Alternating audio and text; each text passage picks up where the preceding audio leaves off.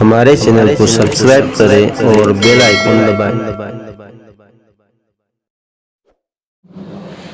معزز محترم سامعین کرام، السلام علیکم ورحمۃ اللہ وبرکاتہ۔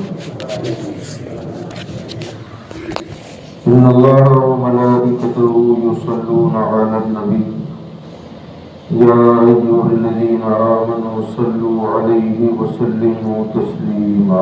اللهم صل علی سیدنا ونبینا مولانا محمد وعلی آلہ واصحابہ وبارک وسلم صلاۃ وسلاما علیک یا سیدی یا رسول اللہ صلی اللہ علیہ وسلم۔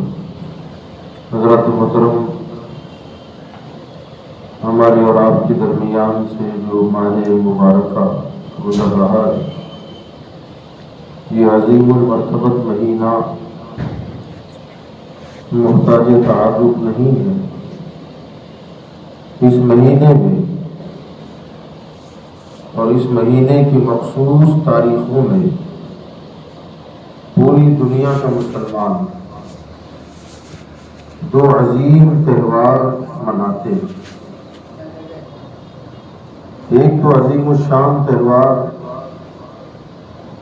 اس مہینے کی مخصوص تاریخوں میں حج کا ہے۔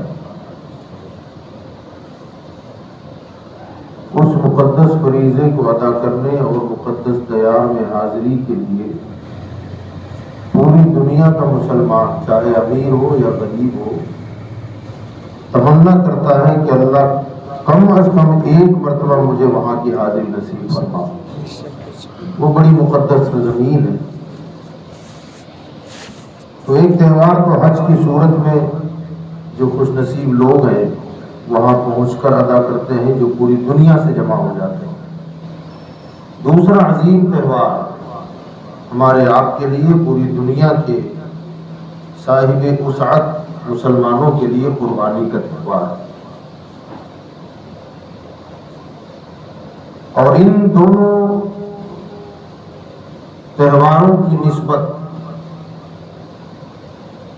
حضرت سیدنا ابراہیم علیہ السلام اور سیدنا اسماعیل علیہ السلام سے ہے۔ حج کے ارکان میں زیادہ تر ارکان حضرت ابراہیم علیہ السلام کی یاد کو زندہ رکھنے کے لیے اسے تازہ کرتے ہیں۔ قربانی دونوں باپ بیٹوں کی نسبت سے ہم اور آپ پر واجب ہوتی ہے۔ مذہب اسلام ایسا مذہب ہے کہ اس میں جو احکامات اپنے بندوں کو اللہ نے عطا فرمائے، ان احکامات کو خالی فارمیلٹی کے طور پر اگر ادا کیے جائیں تو فرض تو ادا ہو جاتا ہے، مگر اس کی روحانیت نصیب نہیں ہوتی۔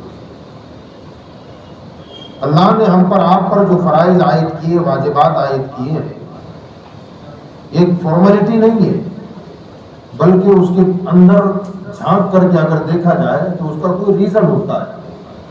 اور جب تک اس کی روح کو ہم حاصل نہیں کر پائیں گے، اس عمل کی تمام تر لذتوں سے ہم ناآشنا ہوں گے، بے خبر ہوں گے، کوئی فائدہ نہیں ہوگا ظاہر۔ عمل کریں گے، ادا ہو جائے گا، فرض ادا ہوگا۔ قربانی ہم کرتے ہیں جن کو اللہ نے وسعت عطا فرمائی، طاقت دی۔ قربانیوں کا مقصد صرف جانور ذبح کرنا نہیں ہوتا، صرف گوشت کھانا نہیں ہے، بلکہ اس کا اور بھی مقصد ہے۔ جو اصل مقصد ہے ہم نے اسے فراموش کر دیا۔ اصل مقصد کیا ہے قربانی کا؟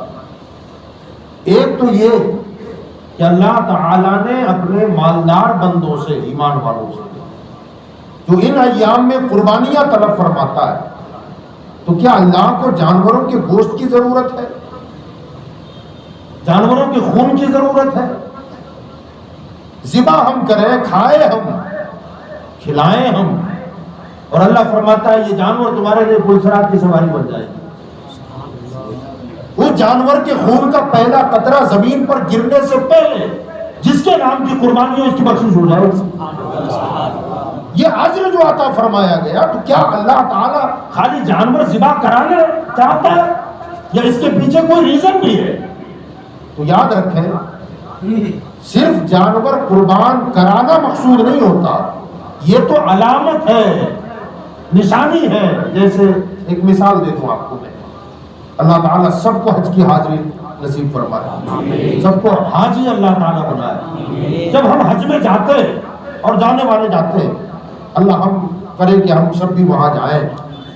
حج کے وقوف عرفہ ہو گیا، مزدلفہ آ گئے، مزدلفہ سے آپ جب منی آئیں گے تو حاجیوں پر آپ جانتے ہیں کہ موٹی بات، حاجی رمی کرتا ہے، رمی، شیطان کو کنکر مارنا۔ آپ نے سنا ہوگا شیطان کو کنکر مارنے کے لیے 3 دن جانا پڑتا ہے، پہلے دن ایک کو مارتے ہیں، بعد میں پھر تینوں کو مارتے ہیں، وہ طرف رکھا، یہ اس کے مسائل ہے۔ وہاں کیا ہے، کس کو مار رہے پتھر؟ کل شیطان کو، آج چھوٹے شیطان کو، کل مدوے کو، بیچ والے کو، پھر بڑے کو، ایک اسٹیپ بائی اسٹیپ، آج اس کو، کل اس کو، کل اس کو، 3 شیطان ہے۔ تو وہاں شیطان کھڑا ہوا ہے، آپ پتھر مار رہے ہیں اس کو؟ فرمانا یہ علامت ہے، ابھی تو وہاں پلر بنا ہوا ہے، بڑے بڑے 3 ستون ہیں، ان ستونوں پر پتھر مار کے کیا دکھانا چاہتے ہیں آپ؟ فرمایا یہ علامت ہے خالی، مگر آپ جب پتھر مارے تو اس طرح مارے کہ گویا اپنے دل میں نیت یہ کریں کہ مجھ پر جب جب شیطان حملہ آور ہوگا میں اسے ایسے ہی ایمانی پتھر مار کے بھگا دوں گا۔ اس کا اصل مقصد یہ ہوتا ہے، فارمولیٹی خالی پتھر مار کے چلے آئے، اس سے کیا ہوگا؟ اسی طرح قربانی جو ہے، خالی جانور ذبح کر دینے سے کیا ہوگا؟ گوشت کھائیں گے آپ، قربانی ادا ہو جائے گی، واجب ہے، ادا ہو جائے گا، مگر بات کیا ہے؟ بات یہ ہے کہ سب سے پہلے تو بندہ قربانی دے کر، جانور ذبح کر کے، اپنے عقیدے اور ایمان اور دل کے ساتھ اللہ سے کہتا ہے مولا تو نے آج جانور کی قربانی مانگی ہے اور میں خوش دلی کے ساتھ دے رہا ہوں، اگر کبھی ضرورت پڑی تو تیرے نام پر اپنی جان بھی قربان کر سکتا ہوں۔ اس کا مقصد یہ ہوتا ہے، جانور ذبح کر رہے ہیں، چھری چل رہی ہے جانور کے گلے پر، اصل ریزن یہ ہے کہ مولا جس طرح میں جانور کے گلے پر چھری چلا رہا ہوں، باری تعالیٰ اب ایسے ہی میں اپنے نفسانی خواہشات پر بھی چھریاں چلاؤں گا۔ نفس کی خواہشات جو ہوتی ہے، گناہ کرنے کی تمنائیں ہوتی ہیں، گناہ میں مزہ آتا ہے، اب جن چیزوں میں جو اللہ کی رضا کے خلاف کام ہے ان کاموں پر چھریاں پھیر دینا اصل علامت جانور قربان کرنا نشانی ہے۔ فرمایا جب تک ہم اپنے نفس کو قربان نہ کریں اس وقت تک قربانی کا مقصد حاصل نہیں ہوتا۔ اللہ کی جو مرضی ہے اس کی مرضی میں اپنی مرضی کو فنا کر دینا، مولا تیری جو مرضی ہے میں اس پر راضی ہوں۔ حضرت ابراہیم علیہ السلام کی پوری حیات کو اگر آپ دیکھیں گے تو آپ کو قربانیوں کے سوا کچھ نظر نہیں آئے گا۔ قربانی اس کو نوٹ کر لیں، قربانی اپنے گردن کٹا دینے کا ہی نام قربانی نہیں ہے، جانور ذبح کر دینے کا ہی نام قربانی نہیں ہے، بلکہ وقت کی قربانی، وقت کی قربانی، مال کی قربانی، نفسانی خواہشات کی قربانی، شیطانی وسوسوں کی قربانی، یہ ساری قربانیاں اور دنیا کی محبتوں کی قربانی دے کر اللہ کی محبت حاصل کرنا، اس کے رسول کی محبت حاصل کرنا۔ اللہ تبارک و تعالیٰ قرآن مجید میں حضرت ابراہیم علیہ السلام کے حوالے سے ارشاد فرماتا ہے وَإِذِ ابْتَلَىٰ إِبْرَاهِيمَ رَبُّهُ بِكَلِمَاتٍ فَأَتَمَّهُنَّ، اور یاد کرو جناب ابراہیم کے رب نے جناب ابراہیم علیہ السلام کو چند باتوں سے آزمایا، تو ان باتوں کو، اس آزمائشوں میں حضرت ابراہیم علیہ السلام پورے اترے، فَأَتَمَّهُنَّ، انہوں نے اس کو پورا کر دکھایا۔ اب وہ کیا ہے جن چیزوں سے اللہ نے پہلے آزمایا؟ یاد رکھیں ہر انسان کی فطرت ہے، وہ 4 چیزوں سے محبت کرتا ہے، کوئی آدمی نہ کہے تب بھی غلط بات ہے، فطری بات ہے۔ وہ 4 چیزیں کیا ہیں؟ وہ 4 چیزیں ہیں اپنی جان، اپنا وطن، مال، اولاد۔ کوئی انکار کر سکتا ہے کہ اس کی محبت نہیں میرے دل میں؟ پوچھ رہا ہوں، نہیں کر سکتا نہیں۔ یہ 4 چیزوں سے ہر انسان کو فطری طور پر محبت ہے، چاہتا ہے آدمی کہ میرے پاس کچھ مال ہو، اور مال کی محبت اور چاہت کو دنیا جانتی ہے۔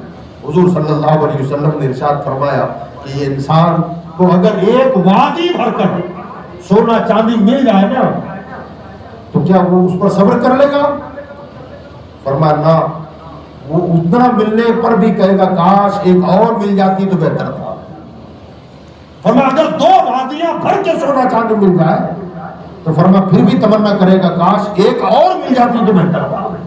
آقا فرماتے انسان کی ہوس کا پیٹ سوائے قبر کی مٹی کے کوئی اور بھر ہی نہیں سکتا ہے۔ قبر میں جائے گا کبھی ہوس کا پیٹ بھرے گا اس کی۔ تو یہ دنیا کی مال سے ہر آدمی کو محبت ہوتی ہے۔ بات کہیں اور طرف نہ نکل جائے، مختصر میں بتانا یہ چاہتا ہوں، اولاد سے محبت ہوتی ہے، اپنے وطن سے محبت انسان کی فطرت ہے۔ دنیا چاہے لاکھ ڈھڈورا پیٹے کہ اس کو وطن سے محبت نہیں ہے، اس کو محبت نہیں ہے، یہ غلط بات ہے، یہ ہو ہی نہیں سکتا۔ بعض لوگوں نے مسلمانوں پر الزام لگایا کہ مسلمانوں کو اپنے دیش سے پیار نہیں ہے۔ میں کہتا ہوں میرے بھائی، جتنا پیار مسلمان اپنے دیش سے کرتا ہے اسے دوسری کوئی قوم کر ہی نہیں سکتی ہے۔ مسلمان اپنے وطن سے محبت کرتا ہے، اور یہ فطری چیز ہے یار، فطری چیز ہے۔ اور ضمن عرض کر دوں میں کہ میں سمجھتا ہوں ہمارا ملک جو ہندوستان ہے نا، یقین جانیں آپ، یہ ہمارا اپنا ملک ہے۔ لوگ کہتے ہیں کہ مسلمانوں کو محبت نہیں ہے اس سے، میں کہتا ہوں کیوں نہیں ہے محبت؟ آپ جانتے ہیں ہندوستان کے لیے، مسلمانوں کے لیے یہ کہا جا رہا ہے کہ آپ لوگ باہر کے ہیں، ہم کہتے ہیں ہم باہر کے نہیں ہیں، ہندوستان ہمارے باپ کا ہے، ہندوستان ہمارے باپ کا ہے، کیونکہ جنت سے حضرت آدم علیہ السلام جب اترے ہیں تو کہاں اترے؟ ہندوستان میں اترے، اور آدم ہمارے باپ ہیں۔ ہندوستان مقدس سرزمین ہے، سب سے پہلا سجدہ دنیا میں ہندوستان میں ہوا ہے، دنیا کی سب سے پہلی اذان ہندوستان میں ہوئی ہے، دنیا کی سب سے پہلی وہ عبادت جسے توبہ اور استغفار کہتے ہیں وہ ہندوستان میں ہوئی ہے، اور دنیا میں سب سے پہلا حج کا سفر اگر کہیں سے ہوا ہے تو ہندوستان سے ہوا ہے۔ سبحان اللہ۔ ہندوستان ہمارے باپ کا ملک ہے، ہاں، مگر ہمیں پیار عرب سے بھی ہے، مکہ مدینہ سے محبت ہے ہمیں۔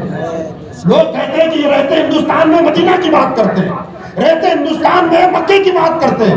میں نے کہا کیوں نہیں کریں گے؟ تاریخ گواہ ہے کہ حضرت آدم جنت سے اتارے گئے تو کہاں اترے؟ ہندوستان اترے، ہمارے باپ ہیں یہ۔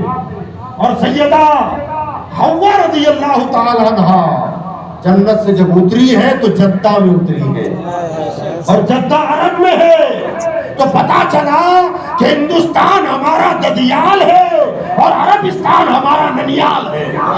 بے شک، سبحان اللہ۔ اور ظاہر بات ہے سال بھر بچے ددیال میں رہتے ہیں، ویکیشن جب پڑتا ہے ان سے پوچھو کہ بیٹا کہاں جانا ہے، جی کیا کہیں گے بچے؟ نہیں کر۔ تو ہم رہتے ہندوستان میں، ہمارا ددیال ہے یہ۔ جب جب موقع ملتا ہے ہماری کوشش ہوتی ہے کہ کبھی ننیال بھی چلے جائیں، تو محبت تو ہے نا بھائی، فطری ہے۔ اب جو وفادار ہے وہ اپنے ملک سے محبت کرے گا، اپنے وطن سے محبت کرے گا، اور الحمدللہ مسلمان کبھی بھی اپنے وطن کا باغی نہیں ہو سکتا۔ بہرحال بتا یہ رہا تھا کہ حضرت سیدنا ابراہیم علیہ السلام کو اللہ نے چند باتوں سے آزمایا، اور وہ باتیں یہ فطری محبت جس کے ساتھ جڑی ہے۔ وقت آیا، مال دولت سے خوب نوازا تھا اللہ تعالیٰ نے، ذرا دیکھیں آپ، اللہ ہم کو آپ کو سب کو عمل کی توفیق فرمائے۔ بھیڑ بکریاں مویشی اونٹ گائے کثرت کے ساتھ حضرت ابراہیم علیہ السلام کے پاس تھی۔ ایک مرتبہ جنگل میں آپ اپنے مال کا جائزہ لے رہے تھے، بھیڑ بکریوں کا، مویشیوں کا، اور دیکھ رہے ہیں اللہ نے اتنی دولت سے نوازا۔ اس زمانے میں ہائی فائی مال یہی ہوتا تھا جانوروں کی شکل میں۔ دیکھا، خوشی کا اظہار کیا، دیکھ رہے ہیں، اتنے میں پیچھے سے آواز آئی۔ آواز کیا آئی؟ سبحان ذی الملک والملکوت سبحان ذی العزت والعظمت والہیبت والقدرت والکبریاء والجبروت. جو تراویح کی چار رکعت کے بعد ہم دعا پڑھتے ہیں، تسبیح پڑھتے ہیں، اس کی آواز آئی، آپ ہمتن گوش ہو کر اسے سننے لگے. پوری تسبیح پڑھ کر وہ پڑھنے والا چپ ہو گیا. آپ پلٹے، تو میرے رب کی تعریف تو نے بڑے اچھے الفاظ میں کی ہے، اللہ کی بڑائی تو نے بہت پیارے انداز میں کی ہے. ایک مرتبہ اور سنا دے، جو تو نے مجھے سنایا ایک مرتبہ اور سنا دے. تو وہ کہنے لگا کہ پہلے تو اپنی طرف سے ہم نے سنا دیا، اب سناؤں گا مگر فری میں نہیں. تو کہا کیا چاہتے ہو؟ تو کہا مجھے آپ کی بکریوں میں سے کچھ چاہیے. تو حضرت ابراہیم علیہ السلام نے فرمایا کہ 1/3 بکریاں میں تجھے دیتا ہوں، ایک مرتبہ سنا دے. ہائے اللہ کی تعریف سننے کے لیے آپ نے 1/3 مال دے دیا، کہا ایک مرتبہ سنا دے. اس نے پھر سنا دیا. پھر آپ مست بے خود ہو گئے. جب تسبیح مکمل ہو گئی پھر حضرت نے فرمایا برائے کرم ایک مرتبہ اور. کہا آپ کیا کہو گے؟ کہا آدھی بکریاں دے دی. ایک مرتبہ پھر پڑھ کے سنا دیا. کہا ایک مرتبہ اور سنا دیں. کہا آپ کیا دو گے؟ تو فرمایا اب جو بچی ہیں وہ سب تیری. 3 مرتبہ تراویح کی تسبیح سننے پر پورے جانور اسے دیے، اور پھر یہ کہا کہ ایک مرتبہ اور سنا دے، پیاس بڑھ گئی ہے. کیا اللہ کا ذکر سننے کا ایک جذبہ ہے ہمارے اندر؟ 5 منٹ جمعہ لیٹ ہو جائے تو اونچے نیچے ہو جاتے ہیں. اللہ کے گھر میں بیٹھے ہیں ہم، رکعت لمبی ہو جائے نا جمعے کی تو لوگ کہتے ہیں امام صاحب کو بولو ذرا یار کیا ٹائم ہو رہا ہے نماز میں. یہ ہماری حالت ہے. امام صاحب قرآن سنا رہے ہیں اور ہمیں اکتاہٹ محسوس ہو رہی ہے. صرف اللہ کی تسبیح سننے کے لیے 3 تسبیح میں پوری دولت دے دی، مگر پھر کہتے ہیں ایک مرتبہ اور سنا دے. اس نے کہا کہ آپ کے پاس بچا کیا ہے؟ اب مجھے کیا دیں گے آپ؟ حضرت ابراہیم نے کہا تھا کہ ان کی رکھوالی کے لیے آدمی بھی تو چاہیے نا. ان کی رکھوالی کے لیے آدمی چاہیے. ایک مرتبہ میرے رب کی تعریف پھر کر دے، اب یہ میرا مال بھی تیرا ہوگا اور میں بھی تیرا ہو جاؤں گا. میرے بھائیوں، 4تھی مرتبہ جب اس نے تسبیح سنا دی، حضرت ابراہیم علیہ السلام نے فرمایا سارے مویشی تمہارے ہیں اور اس کی رکھوالی کے لیے میں خود حاضر ہو جاؤں گا.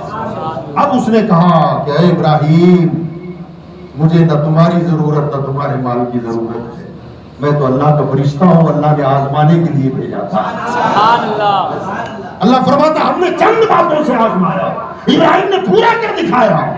فرمایا یہ مال رکھیں آپ، اللہ تعالیٰ نے آپ کی نیت کو سچا پایا ہے، اللہ نے آپ کے دل میں اپنی محبت کو بھرپور پایا ہے، اور اللہ یہی چاہتا ہے. یہی وجہ ہے کہ جناب ابراہیم علیہ السلام کو نبیوں میں اللہ کا خلیل ہونے کا رتبہ ملا ہے. اللہ کے گہرے دوست، پیارے دوست، یہ ہو گئی مال کی قربانی. جب وقت آیا آپ نے مذاہب باطلہ کے خلاف علم بلند کیا، اللہ کی توحید کا، وحدانیت کا علم بلند کیا، تو اس وقت نمرود بڑا ظالم و جابر بادشاہ تھا. وہ ایسا بادشاہ کہ اس زمانے میں جہاں مظاہر قدرت کی عبادت ہوتی تھی اسی میں یہ بدبخت اپنے آپ کو بھی خدا کہتا تھا. بادشاہ تھا اور اللہ نے اس کو بڑی مال دولت عزت شہرت کیا بلکہ یہ سمجھیں آپ کہ پوری دنیا کا اکیلا بادشاہ ہے. ابھی جو دنیا کنٹریوں میں بٹی ہے، ہندوستان کا راجہ الگ ہے، پاکستان کا الگ ہے، اور فلاں کا الگ ہے اور فلاں کا الگ ہے. نمرود ایک ایسا بادشاہ گزرا ہے کہ اس کے دور میں پوری دنیا کا بادشاہ اکیلا تھا. ذرا سوچیں آپ اس کی سلطنت کیسی ہوگی. اب اسے گھمنڈ آ گیا، سبحان ربی الاعلی کہنے کے بجائے انا ربکم الاعلی کہنے لگا. اب میں رب ہوں، دنیا والوں کو میں پالتا ہوں. اور اس نے قانون بنایا تھا جیسے پیڑ پودے شجر حجر درخت سورج چاند کی عبادت ہوتی ہے ایسے میری بھی پوجا کی جائے. اور ہو رہی تھی. حضرت ابراہیم علیہ السلام نے لوگوں کو سمجھایا بجھایا، نہ مانے. پھر واقعہ آپ نے سنا ہوگا، ایک دن بت خانے میں گئے اور سب کی مرمت کرتا ہے، اور مرمت کرنے کے بعد باہر نکل گئے. سب سے بڑا جو بت تھا اس کے کاندھے پر کڑاڑا رکھ دیا. آپ چاہتے تھے کہ اس طرح سے سائنسی اعتبار سے ٹیکنیکی اعتبار سے ان کے ذہن کے قریب آ جائے توحید کی بات. لوگوں نے دیکھا کہ اب ہمارے بتوں کا حال برا ہو گیا تھا، کس نے کیا ہوگا؟ تو سب کی نظریں حضرت ابراہیم کی طرف گئی، انہوں نے کیا ہوگا، بلاؤ. محفل بیٹھی، پنچ بیٹھ گئی. اور آ گئے حضرت ابراہیم سے کہنے لگے ابراہیم یہ سارا کس نے کیا ہے؟ حضرت ابراہیم علیہ السلام نے فرمایا کہ مجھ سے پوچھنے سے بہتر ہے کہ جن کے ساتھ یہ حادثہ ہوا ہے انہی سے پوچھ لیتے کہ تمہارا حال یہ کس نے کیا؟ کسی کا پیر ٹوٹا، کسی کا ہاتھ ٹوٹا، تو ان کی گردنیں جھک گئیں اور وہ کہنے لگے ابراہیم تم تو جانتے ہو نا کہ یہ بولتے نہیں ہیں۔ حضرت ابراہیم علیہ السلام نے فرمایا جو اپنا دفاع نہ کرے، جو خود نہ بولے، کیا وہ عبادت کے لائق ہے؟ تم نے خود اسے بنایا، مٹی گارا پتھر کو تراش کر مٹی سے آکار دے کر کے اسے بنایا۔ کہ لوگوں رب وہ نہیں ہوتا جسے ہم بنائیں، رب وہ ہوتا ہے جس نے ہمیں بنایا ہے۔ ہماری عبادت کے لائق وہی اللہ ہے۔ اب ان کے پاس کوئی جواب تو نہیں تھا، آپے سے باہر ہو گئے۔ اب نمرود کے پاس جا کر شکایت کر دی۔ اب چونکہ نمرود تو اپنے آپ کو سب سے بڑا رب سمجھتا تھا معاذ اللہ، تو اس کو دوسروں کی کیا حالت ہے اس کی پرواہ تو تھی نہیں۔ لوگوں نے کہا کہ بادشاہ سلامت، اوروں کو تو چھوڑے وہ آپ کو بھی اپنا رب نہیں مانتا ہے۔ کہا بلاؤ، اب جلال میں آگے جب اپنی بات آئی کہا بلا ابراہیم کو۔ جناب ابراہیم علیہ السلام کو بلایا گیا۔ حضرت ابراہیم علیہ السلام نے اس کے دربار کے آداب کو ملحوظ نہ رکھا، ایک مومن کی شان سے اندر داخل ہوئے۔ اس نے دیکھا کہ بڑی گردن اکڑی ہوئی ہے۔ کہا ابراہیم میرے دربار کے آداب جانتے ہو؟ حضرت ابراہیم نے فرمایا میں صرف رب کے دربار کے آداب جانتا ہوں، میں اللہ کے دربار کے آداب جانتا ہوں۔ حضرت ابراہیم علیہ السلام نے جب یہ کہا تو نمرود کہنے لگا کہ میرے علاوہ بھی تمہارا کوئی رب ہے؟ سب کا رب تو میں ہوں۔ حضرت ابراہیم علیہ السلام نے فرمایا تیرے علاوہ کی کیا بات کر رہا ہے؟ فرمایا میرا رب وہ ہے جو تیرا بھی ہے اور میرا بھی ہے۔ تجھے دعوت دیتا ہوں کہ اپنی ربوبیت چھوڑ اور اس رب کے سامنے اٹھا دے، اس خدا کے سامنے سجدہ کر جس نے تجھے بھی بنایا اور مجھے بھی بنایا۔ تو وہ کہنے لگا کہ اپنے رب کی طاقت کیا ہے وہ بتاؤ۔ طاقت بڑی گھمنڈ ہوتا ہے نا، بادشاہت ملتی ہے تو اپنے تخت پر گھمنڈ ہوتا ہے، تاج پہ گھمنڈ ہوتا ہے، پھر چاہے جس کو جتنا دباؤ، مگر یاد رکھو جب ظلم گزرتا ہے حد سے قدرت کو جلال آ جاتا ہے۔ جب ظلم گزرتا ہے حد سے قدرت کو جلال آ جاتا ہے۔ فرعون کا سر جب اٹھتا ہے تو موسیٰ کوئی پیدا ہوتا ہے، یہ نظام قدرت ہے۔ اب وہ اپنے دیش میں تھا، کہنے لگا تمہارا رب کیا کرتا ہے؟ قرآن میں اس کے حجت بازیاں اور مناظرے کا تذکرہ اللہ نے خود بیان فرمایا۔ الم تر الی الذی حاج ابراہیم فی ربہ ان آتاہ اللہ الملک اذ قال ابراہیم ربی الذی یحیی ویمیت قال انا احیی وامیت قال ابراہیم فان اللہ یأتی بالشمس من المشرق فأتی بها من المغرب فبہت الذی کفر واللہ لا یہدی القوم الظالمین۔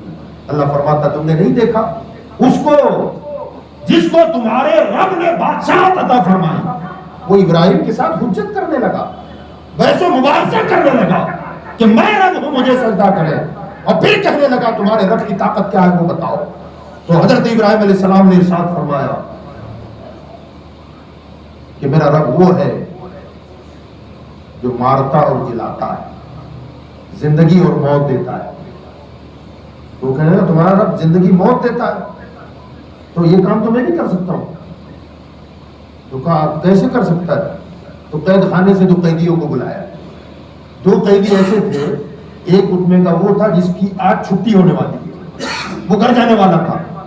دوسرا قیدی وہ تھا جسے سزائے موت سنائی جا چکی تھی، وہ دونوں کو بلایا، کہا بتاؤ تمہاری سزا کیا ہے؟ تو وہ کہنے لگا مجھے تو پھانسی کی سزا ہو گئی ہے، مجھے پھانسی میں لٹکایا جائے گا۔ نمرود کہنے لگا جا میں نے تجھے چھوڑ دیا۔ وہ نکل گیا مسکراتا ہوا، اس سے پوچھا تیری سزا کیا ہے؟ تو کہا میری چھٹی ہونے والی ہے، کہا اسے پھانسی لٹکا دو۔ اسے پھانسی میں لٹکا دیا۔ حضرت ابراہیم سے کہنے لگا دیکھا جو زندگی کی طرف جا رہا تھا اسے موت میں نے دی، جو موت کی طرف جا رہا تھا زندگی میں نے اسے دے دی۔ تو کہا جو کام تمہارا رب کرتا ہے وہ کام تو ہم بھی کرتے ہیں، تو پھر میں رب کیوں نہیں؟ حضرت ابراہیم علیہ السلام نے دیکھا کہ اس کی موٹی عقل میں باریک بات نہیں آئی، یہ موت و حیات کو کیا سمجھے کہ میرا رب کیسے موت و حیات دیتا ہے، اس کی کیا شان ہے۔ قرآن کہتا ہے یخرج الحی من المیت ومخرج المیت من الحی، وہ ذات وہ ہے جو زندے سے مردہ نکالتا ہے اور مردے سے زندہ نکال دیتا ہے۔ کیسی موت و حیات ہے اور کیسی زندگی دیتا ہے، زندے سے مردہ نکالے۔ سمجھنے کے لیے بتا رہا ہوں، مرغی زندہ ہے، انڈا نکلتا ہے، زندہ۔ یخرج الحی من المیت،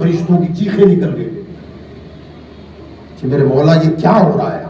پوری دنیا میں تجھے ایک کہنے والا آگ میں جلایا جائے گا؟ اے اللہ کرم کر دے. اور شان استغنا بھی ہے نا اللہ کی، وہ غنی ہے، وہ غنی ہے. قدرت کو بھی جلال بھی نہیں آ رہا ہے، کوئی حرکت نہیں.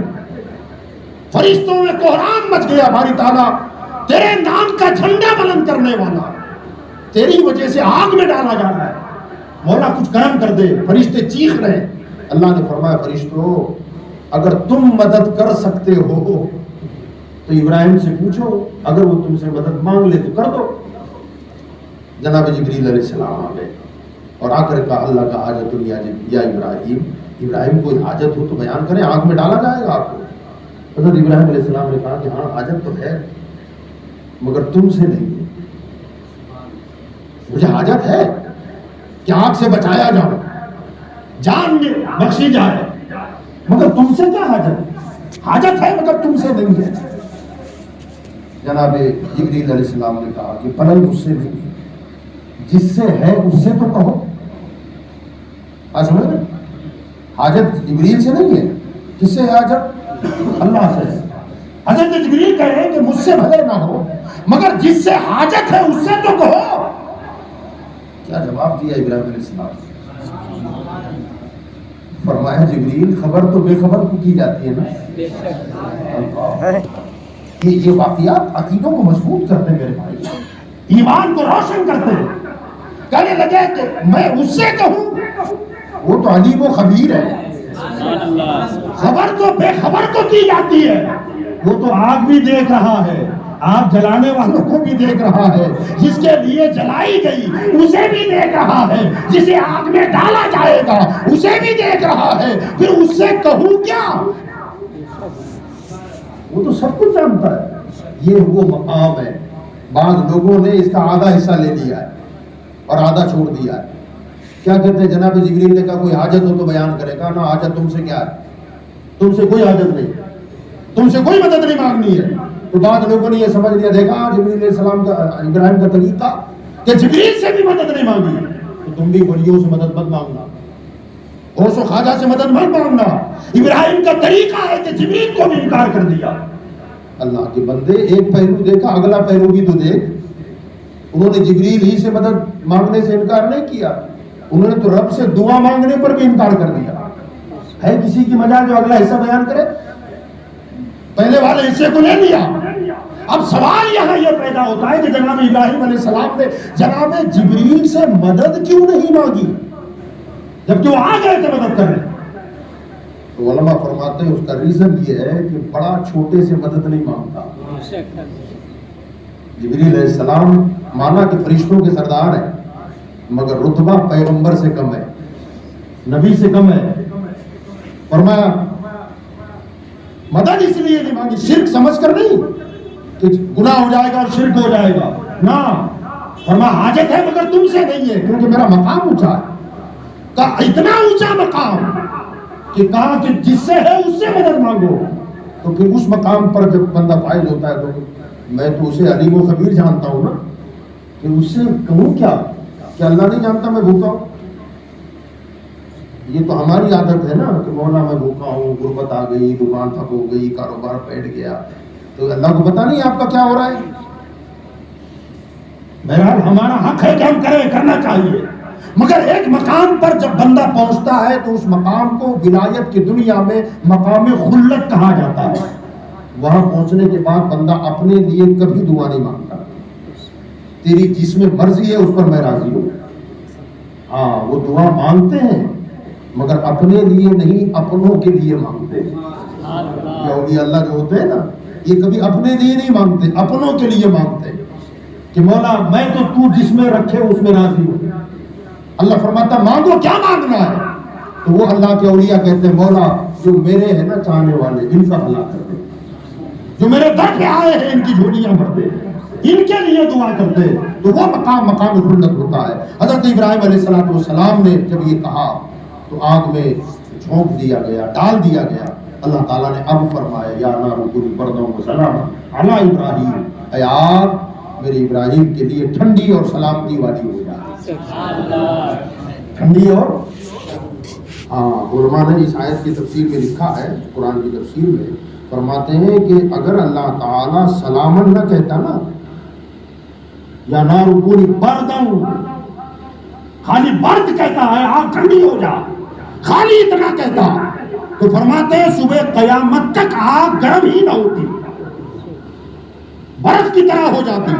مگر اللہ نے فرمایا یا نار کونی بردن و سلامن علی ابراہیم، فرمایا ٹھنڈی اور سلامتی والی ہو جا.